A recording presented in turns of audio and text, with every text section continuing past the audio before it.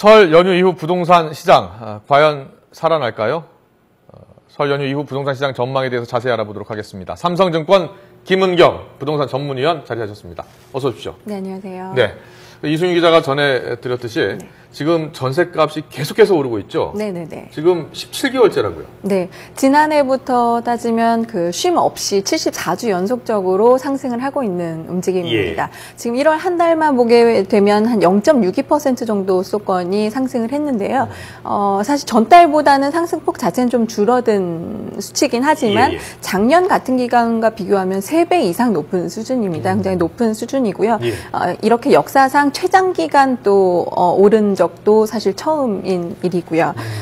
지금 이제 지역별로 좀 보게 되면 서울 지역이 특히 경기도나 인천보다도 그 상승률이 크게 높고요. 또 지방 5대 광역시는 사실 전국 평균을 좀 밑도는 수준입니다. 그러니까 작년하고 또 같은 기간 비교를 해보면 전국에서 전세가가 가장 많이 오른 지역 상위 그 탑10을 조사를 했을 때 올해 현재는 7곳이 서울의 자치구로 나타나게 됩니다. 근데 작년에 서울 지역이 상위 그 10곳에 한 곳도 없었거든요. 비교를 해보게 되면 확실히 최근에 서울 지역이 전세가격 상승세를 좀 움직이고 있다라고 볼 수가 있고요. 그러니까 작년과 그런 다른 지역별 특징을 보인다고 볼 수 있습니다. 특히 걱정스러운 건 서울 같은 경우에요. 지금 그 재건축 이주 수요라고 하나요? 네네. 이게 올해 많이 발생할 거다. 이래서 서울 지역 전세값이 더 오를 것이다 이런 전망이 있던데 맞습니까?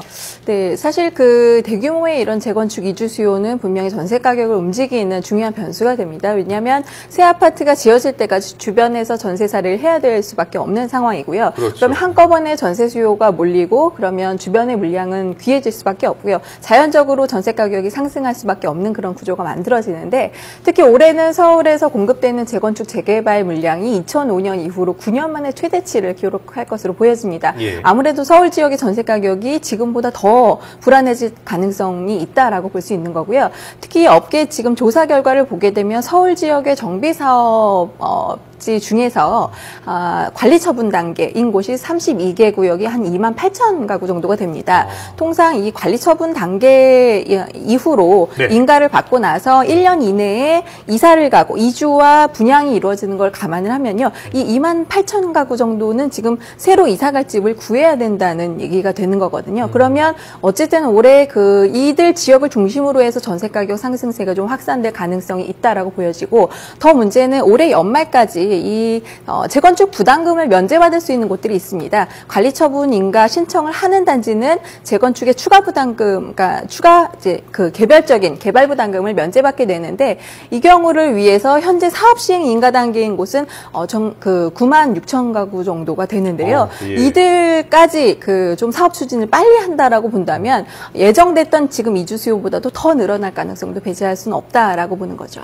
수요는 그렇게 계속 늘어나는데 공급은 없습니까 지금? 그러면 어떻게 되는 겁니까? 그렇죠. 그 아무래도 기존의 집주인들은 현재 저금리 기조를 감안했을 때 월세로 그 돌리는 것이 훨씬 유리한 구조고요.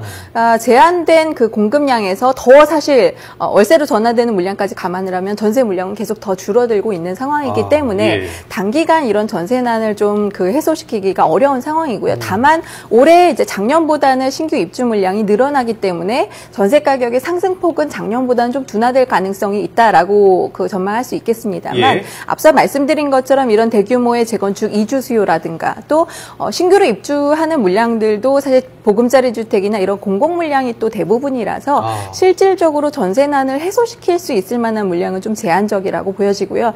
현재 그 세입자 입장에서는 계속 전세를 좀 원하는 이런 추세가 가만히 된다면 연말까지도 전세 가격의 상승 국면은 좀 해소되기 어렵다라고 보여집니다. 연말까지 계속 그러면 오름세가 이어진다는 거예요? 그럴 가능성도 배제할 수 없을 것 같고요. 아무래도 일단 그 이사철이 지금 이제 설 명절이 지나고 나면 곧바로 이제 봄 이사철이 도래하게 되죠.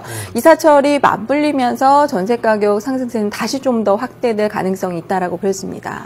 그럼 어떻게 해야 돼요? 지금 매매가 대비 지금 전세가가 거의 63% 이상으로 오르지 않았습니까?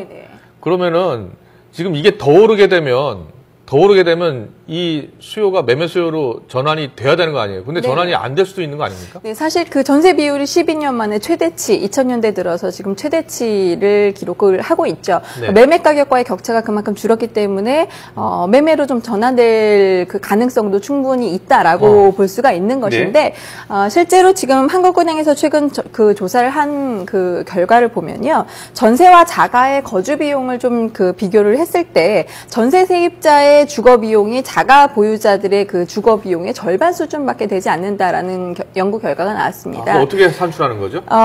이제 그 자가 보유자의 기준을 한다면 예. 보유자의 경우에는 주택을 매입하는 비용, 매매 가격에다가 그 취득할 때의 취득 세금, 그리고 보유하는 기간의 그 재산 세금, 그리고 보유 기간 그 매입 가격에 대한 그 정기 예금 금리를 또 추산해서 기회 비용을 따지게 되는데요. 그럴 경우에 지금 전국 평균의 주택 가격이 2억 5,400만 원 정도가 됩니다. 네. 이것을 정기 예금에 넣어뒀을 때 발생하는 기회 비용이나 세금 등을 감안했을 때 연간 한 760만 원 정도의 주거 비용이 든다라고 볼 수가 있는데요. 예. 같은 주택을 기준했을 때 전세 가격이 1억 5천만 원 정도이기 때문에 연간 주거 비용을 따지면 전세는 그 세금이 들어가지 않죠. 그렇죠. 이런 것들을 감안하면 전세는 연간 430만 원 정도가 들어갑니다. 그러니까 결국 매매 가격보다도 330만 원이나 적은 수준, 비율로 따졌을 때는 매매 가격의 56% 정도 수준의 주거 비용을 지불을 해야 된다는 얘기니까요. 전세 비율이 지금 줄어들면서 매매 가격과 격차가 많이 줄어든 것으로 보여서 실질적으로는 뭐 그 집값이 한 70-80% 정도 되는 수준이면 매매로 많이 전환이 되지 않겠느냐라고 생각할 수 있지만, 집을 그 전세의 경우에는 사실 원금을 그대로 돌려받게 되잖아요. 그렇죠. 하지만 매매의 경우에는 집값이 하락할 경우 그 손실에 대한 리스크, 그리고 취득할 때, 그리고 보유할 때 지속적으로 고정적으로 들어가는 세금에 대한 부담, 그리고 현재 그 금리가 또 낮아진 것을 감안을 하면 낮아진 상태에서는 세입자들이 전세를 선택을 하는 것이 오히려 더 이익일 수 있다라고 보는 거죠. 그러니까 결국 매매로 전환되는 그 비율이 생각만큼 현재 시장의 기대만큼 크지 않기 때문에 전세 가격은 계속 상승을 하는 그런 국면을 보이고 있습니다. 그럼 전세가는 계속 연말까지 상승할 것으로 내다보셨는데 네네. 매매가는 어떻습니까? 지금 매매가가 좀 꿈틀거리고 있다는 이야기가 들리던데요. 네네. 지금 실제로 지난해 9월 이후로 5개월 연속 상승세를 보이고 있습니다.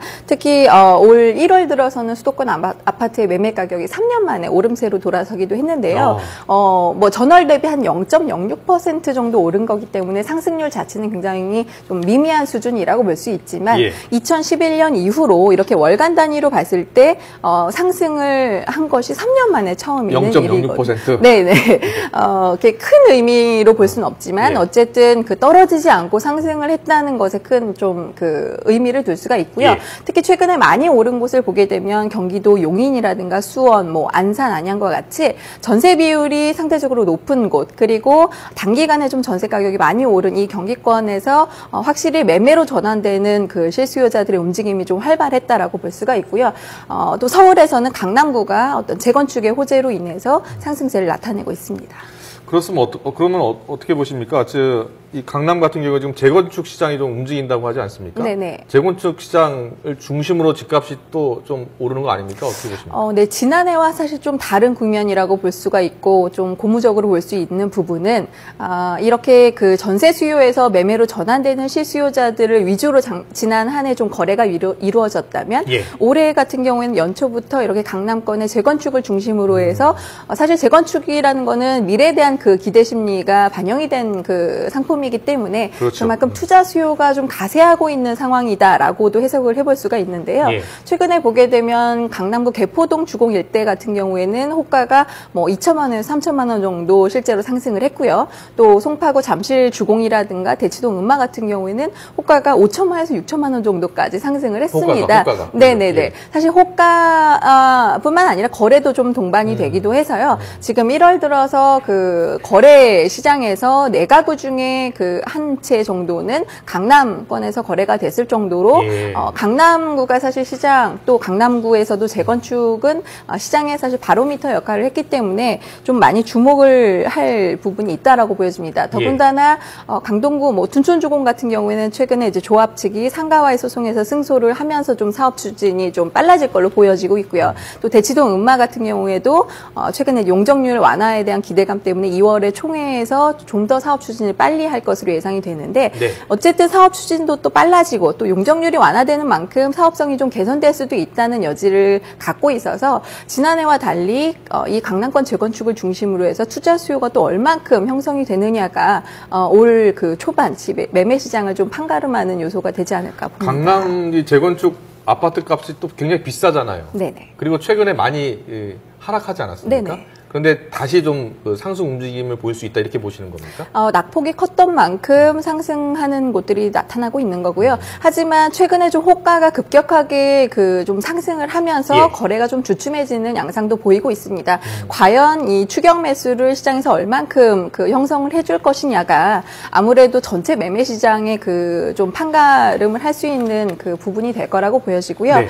아무래도 그 설 명절이 지나면서 연초에 좀 관망하고 있던 수요자들이 좀 움직임이 이사철이 맞물리면서 같이 움직일 것으로 보여지기 때문에 네. 이런 실수요자 그리고 강남권의 재건축을 중심으로 한 투자 수요까지 매매 시장을 좀 이끄는 그런 요인이 될 것으로 보여집니다. 네, 잘 들었습니다. 일단 전셋값이 또 계속 오를 것 같다니까 걱정입니다. 네네네. 예, 정부가 또 추가 대책을 내놔야 되는 거 아닌가요?